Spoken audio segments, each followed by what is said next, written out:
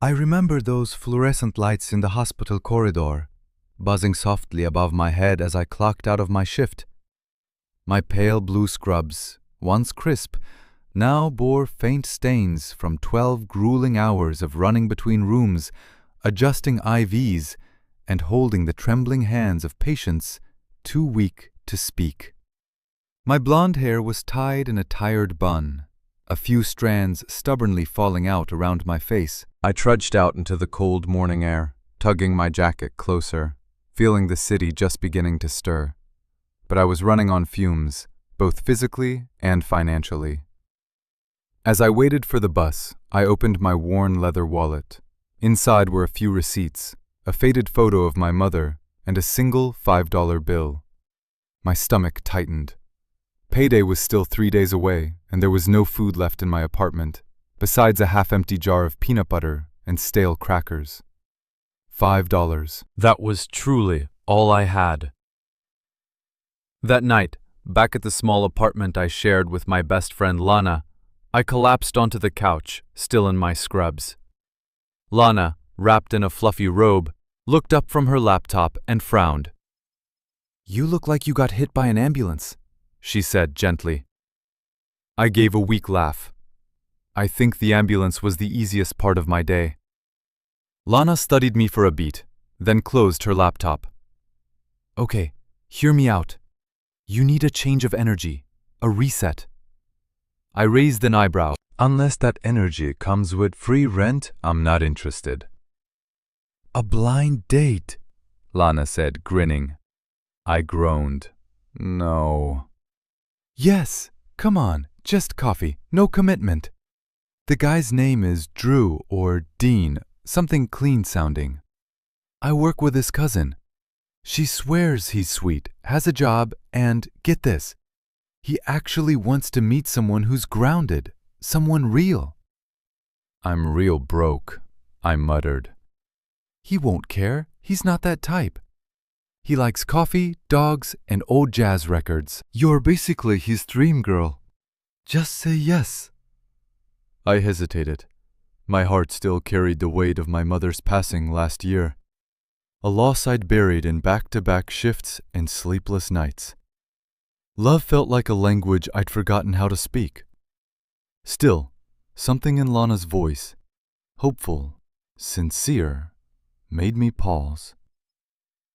"Fine," I sighed. "One coffee, but I'm not smiling." Lana squealed and clapped. "Yes! You meeting him at the Shaw and Sage downtown, 5 p.m. sharp. That's his favorite spot. Trust me, it's fate." The next evening, I stood outside the cafe, my anxiety bubbling just beneath the surface. Shaw and Sage was all warm wood, gold accents, and soft indie music. It smelled like cinnamon, honey, and roasted beans, comforting but a little too polished.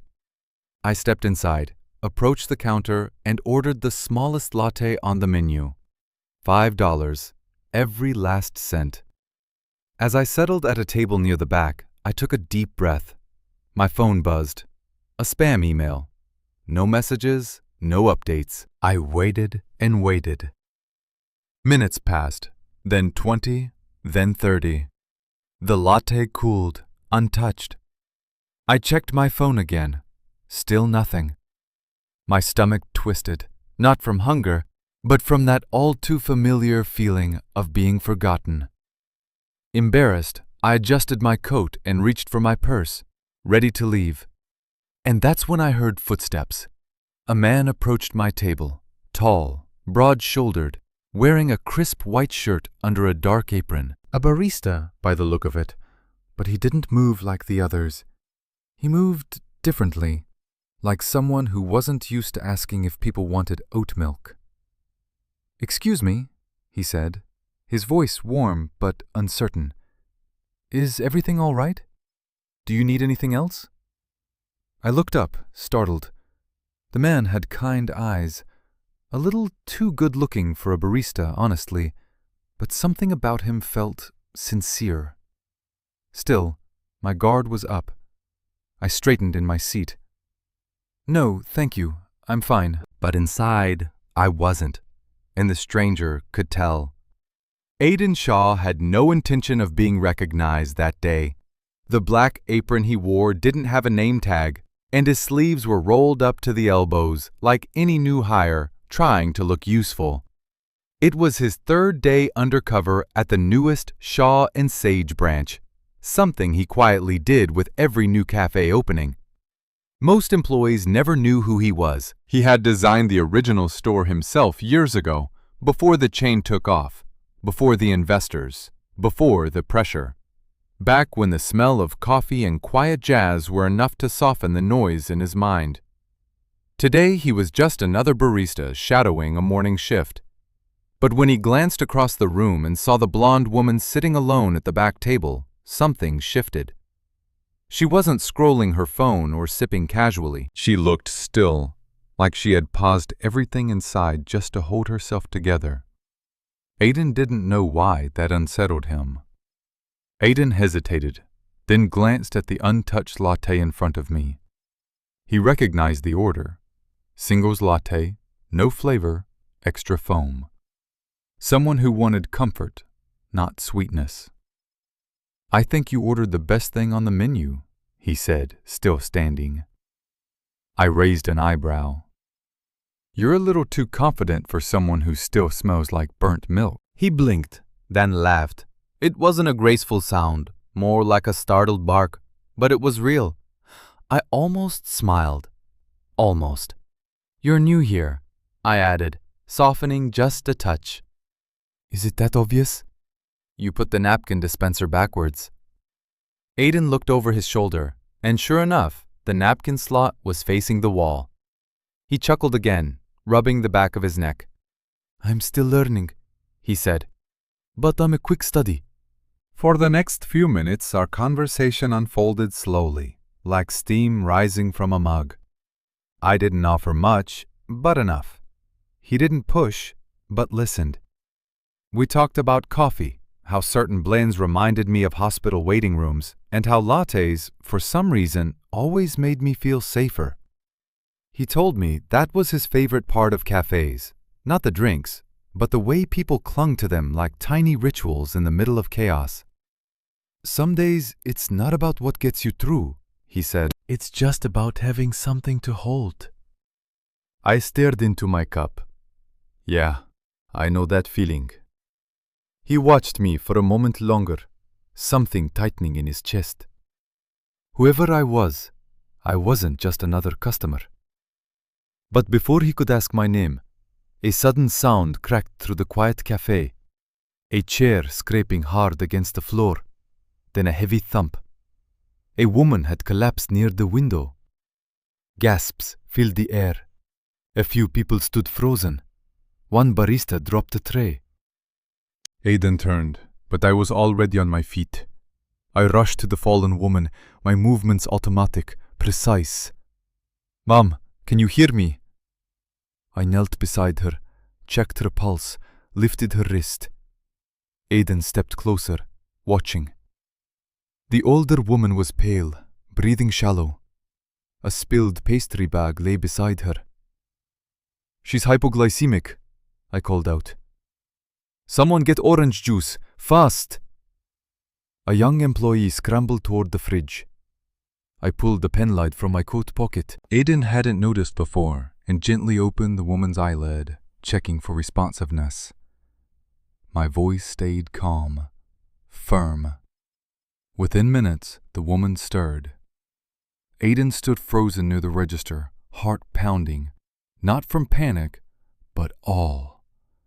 I hadn't flinched. I hadn't hesitated.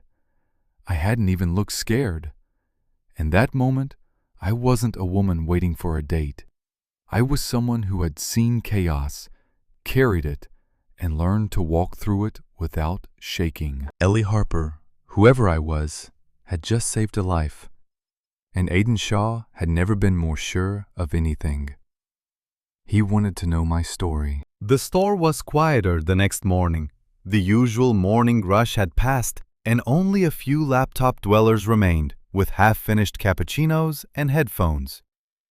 Aiden stood behind the counter, slowly wiping down the espresso machine. His mind wasn't on the machines, but on me, the girl from yesterday. He still didn't know my name. He had asked one of the baristas casually, trying not to sound too curious. "The nurse?" the girl behind the counter replied. "No idea. She just came in, ordered a small latte, and sat alone.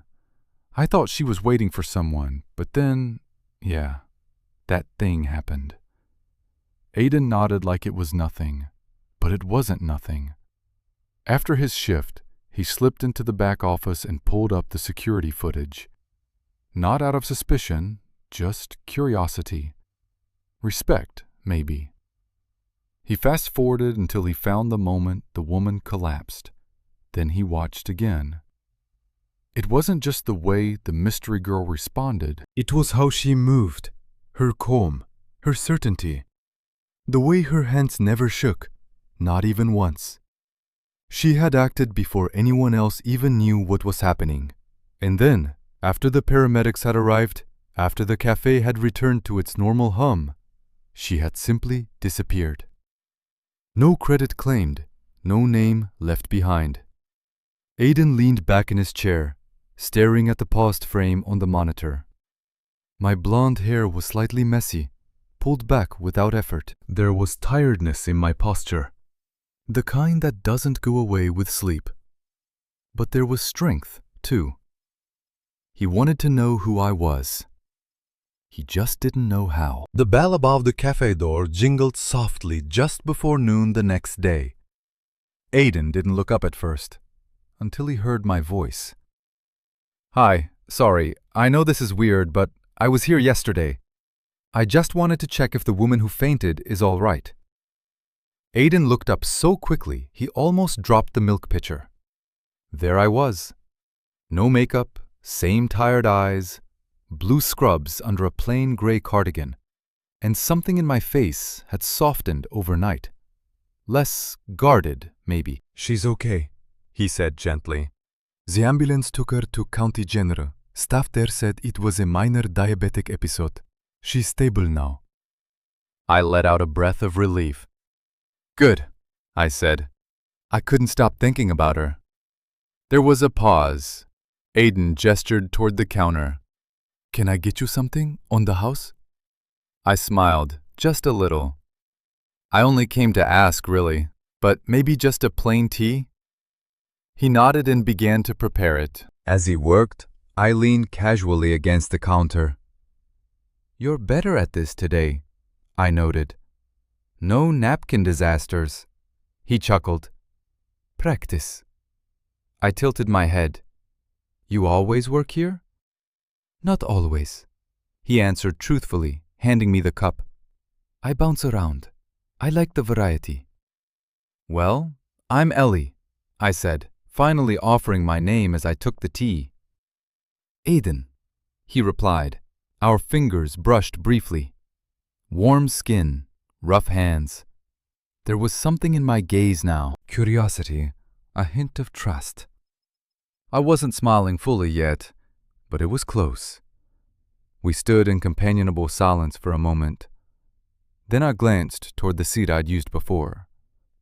"Mind if I hang around for a bit? I've got an hour before my next shift."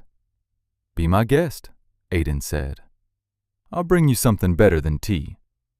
I raised an eyebrow. "You still owe me a decent latte." Aiden watched me as I walked back to my table, the sunlight catching strands of my hair. There was something about me, not just what I'd done, but how I existed in the world with quiet intention, raw honesty, and a grace I didn't seem to know I carried. He turned back to the espresso machine. He wasn't going to tell me who he was. Not yet. Not because he wanted to lie, but because, for the first time in a long while, someone was looking at him and seeing just a man. And that felt like something worth protecting. The cafe had started to feel like a second home to me. I never planned it that way. At first, it was just a stop after night shifts, a place to decompress, sip something warm, and let the world soften around the edges before facing my cold apartment. But somehow it became a habit, and Aiden, well, he became part of the habit too. Every time I came in, he greeted me with a crooked smile and something new in his hands. A warm cinnamon vanilla oat milk latte, a hibiscus tea sweetened with honey and orange peel. Once, a drink he called Cocoa for Broken Nurses, which tasted like chocolate, espresso, and kindness. "These aren't on the menu," I said once, raising an eyebrow. "I know," he replied carefully, setting the cup in front of me. "You've earned the secret menu reserved for the best nurse of the week." I rolled my eyes, but my cheeks flushed anyway. We never sat and talked like friends. Not officially, but over the counter, in between customers. Little pieces of each of us slipped into the space between our words. I told him about my mom. "She passed last year. Lung cancer," I said one afternoon, fingers tight around a mug. It went fast. Too fast. One minute, I was checking her oxygen levels. The next, I was picking out a casket. Aiden said nothing, just nodded, his eyes steady and quiet. He never rushed me. He didn't say it was about his brother, not exactly, just someone I used to look up to. He used to draw wild, beautiful things, architecture, cityscapes, dreams on paper. But he never believed he was enough. One day, he stopped drawing. Then, he stopped showing up. There was a pause. "I think he forgot how to ask for help," Aiden said. The air between us felt different after that. Less like strangers, more like two people slowly reading the same chapter. But I was careful. Too careful. Some days after laughing over a new drink, I would walk home with my heart thudding against my ribs. Not from joy, but from guilt. "What are you doing, Ellie? You have debt collectors calling. No time, no space for romance. He's a barista, probably broke like you. Maybe more lost than you. And yet my feet always brought me back." Aiden didn't flirt. He didn't pry. He just saw me. One evening, after my longest shift of the week, I dragged myself into the cafe, hair a mess, eyes heavy. He handed me a lavender-infused matcha latte without a word. When I looked at him in surprise, he said, "You look like someone who needs to remember soft things exist." I smiled then, really smiled, a real one, small but warm. And that night, back at my apartment, wrapped in a blanket and cradling the still warm cup, I let myself wonder, am I falling for a barista with bad latte art and good eyes? Or just falling into the first safe place I've found in years? It started with a link. I was halfway through folding laundry on my day off when my phone buzzed. A message from Lana popped up. Isn't this the barista you've been low-key crushing on?" Attached was a news article with a headline that made me sit upright. Shaw and Sage CEO goes incognito as barista in newest flagship cafe. My heart thudded as I clicked. The image took a moment to load, but when it did, my stomach dropped. There he was, Aiden Shaw in a white button-up shirt, holding a coffee cup, standing next to baristas behind the exact same counter I'd visited for weeks. I stared at the name, founder and CEO of Shaw and Sage. The article quoted him. "Sometimes you have to step out of the boardroom to hear what customers are really saying." Everything blurred. I told him about my debt, about my mom, about my long nights at the hospital. I thought we were equals. Two people just survived. Instead, he was a CEO with status, with options, and he never once told me. Was I a game? A heartwarming anecdote for his next investor meeting? The laundry dropped from my hands. I didn't cry, just curled up on the couch in silence, the latte beside me growing cold. The next morning, I didn't go to Shaw and Sage. For the first time in weeks, Aiden noticed. He waited, checked the door every time the bell rang, wiped the counter until it gleamed. I didn't come. The next day, still nothing. By day 3, he knew, so he went looking for me. Rain poured steadily as Aiden stood outside the hospital side entrance, water dripping from his soaked hair and coat. He'd been there almost an hour. Finally I appeared, umbrella in hand, bag over my shoulder, my face pale from a double shift. I stopped when I saw him. "Wow," I said. "The CEO himself. Did you come to offer me a job?" "No," he replied. "I came to explain." "There's nothing to explain," I said, walking past. I was the fool who thought the barista with sad eyes liked me. "You weren't a fool." I paused, but didn't turn. He took a breath. "You think this was a rich guy stunt, that I played you, but I didn't. I started working shifts like that to get away from the corporate noise, to feel something real again." I turned toward him slowly. "Including me?" I asked, bitter. "Was I just another feel-good moment to check off your list?"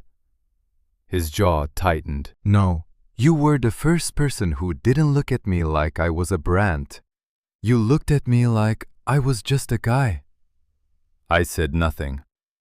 Rain tapped on my umbrella. Then his voice softened. "I had a brother, younger, smart, sensitive. He hid his depression too well, and one day he was just gone." My expression shifted. "I built Shaw and Sage after that," Aiden continued. "Work was safer than grief, but at some point I lost myself. I stopped being a person and became a position." he stepped forward, water streaming from his sleeves. "You helped me remember who I was. You didn't care about my title. You listened. You showed up. That meant everything." I didn't speak. The space between us was quiet, except for the rain. "I'm sorry I didn't tell you," he said. "But everything I said to you, everything I felt, was real." My lip trembled. I lowered the umbrella, letting the rain hit my face. "I don't need you to be a barista, Aiden."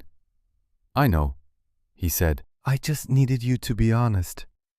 I am now. The rain softened, and for the first time in days, I didn't feel cold. I felt seen. The crisp air of early autumn wrapped gently around me as I stepped out of the house in a simple navy dress. In my hands, I carried a small bouquet of white chrysanthemums. Today marked the anniversary of my mother's passing. Like every year, I had planned to go alone. Just me, the quiet, and the memories.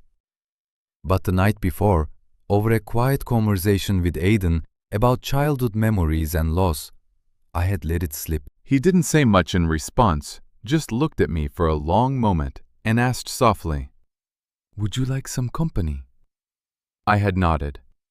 That morning, Aiden arrived right on time. He wore no blazer, no expensive watch, no airs of a CEO, just a gray sweater, jeans, and a thoughtful stillness. I opened the door and smiled faintly. He smiled back, holding out a bouquet wrapped in paper.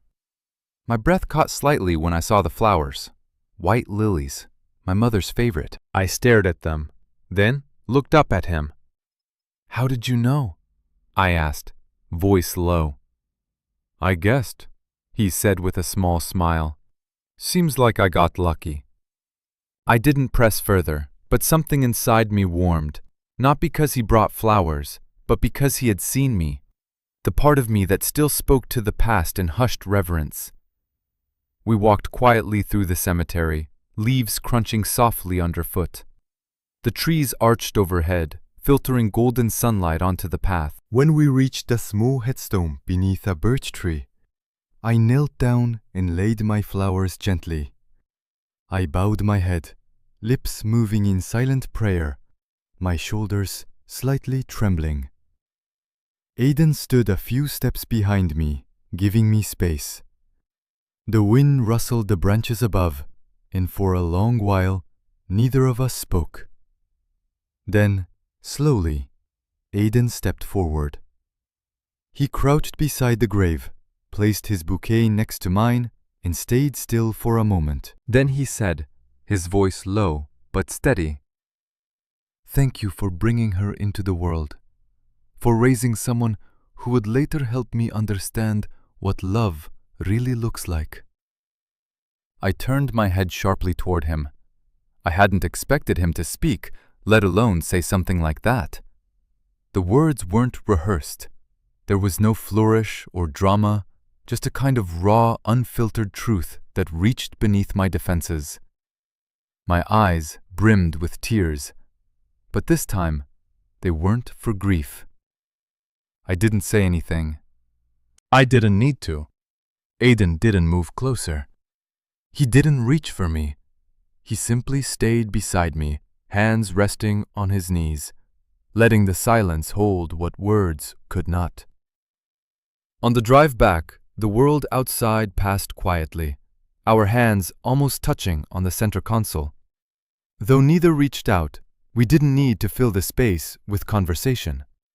The silence had become a kind of comfort now, a place where nothing had to be explained. When we pulled up in front of my apartment, I turned to unbuckle my seatbelt, but Aiden stopped me with a single sentence. "When you talk about your mom," he said gently, "I realize I've never loved anyone the way you loved her, but I think I'm learning." I looked at him, my expression softening. Then, without a word, I leaned forward and wrapped my arms around him. It wasn't romantic or urgent. It was quiet, steady, like trust being offered, not asked for. It was the first time I had initiated contact, and in that moment, Aiden felt something shift. A door that had always remained closed inside me had opened, just a little, just enough to let someone in. He didn't rush it.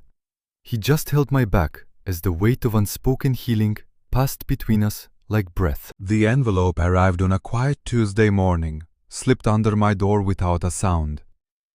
At first, I thought it was another bill or maybe a flyer, but when I opened it, my breath caught. It was an official letter from the Shaw and Sage Foundation. I had been nominated and selected as an honorary community nurse for my swift and life-saving action weeks ago in one of their cafes. No one mentioned Aiden's name. There was no reference to our personal connection, just my name, my story, my courage. The award ceremony was set for Friday, to be held right in the same cafe where everything had begun. I arrived in a soft cream blouse and black trousers, simple but elegant.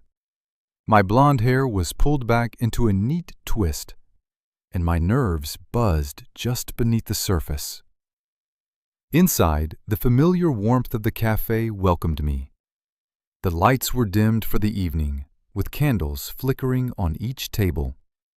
Staff and guests clapped softly as I walked in. On stage, the foundation spokesperson recounted the day the elderly customer had collapsed, and how a quiet nurse with only a latte in front of her had stepped in without hesitation.